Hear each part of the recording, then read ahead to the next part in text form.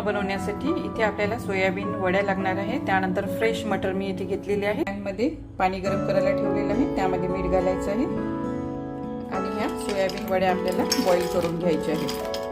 काजू बिजू घातलेली आहे, त्यानंतर खसखस भिजत घातलेला आहे, याची आपल्याला पेस्ट बनवून घ्यायची आहे। खसखसची पेस्ट रेडी आहे। चांगले बॉईल व्हायसाठी आपल्याला आता गॅस बंद करायचा आहे आणि यावर थोड्या वेळ झाकण ठेवून द्यायचं आहे।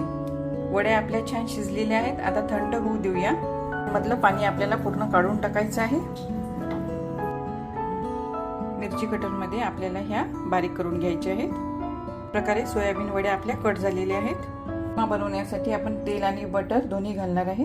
ती घालायची आहे, थोडे जिरे, कांदा आपल्याला जास्ती लागणार आहे म्हणून मी इथे 2 मोठ्या साईजचे कांदे कट करून घेतलेले आहेत।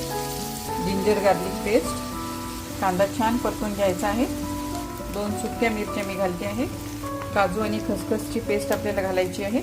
चॉप केलेले 2 टोमॅटो आपल्याला घालायचे आहेत। हळद घालायची आहे, काश्मीरी लाल मिर्च पावडर, धनिया पावडर, 1 चमचा गरम मसाला, सर्व मिक्स करून घ्यायचं आहे। थोडे काजू घालायचे आहे, फ्रेश मटर, बघा ग्रेव्ही काय मस्त दिसत आहे। आता आपल्याला बारीक केलेले सोयाबीन यामध्ये घालायचे आहे, मिक्स करून घ्यायचं आहे। थोडं बटर आपल्याला अजून घालायचं आहे, अगदी थोडं पाणी आपण यामध्ये ऍड करणार आहे।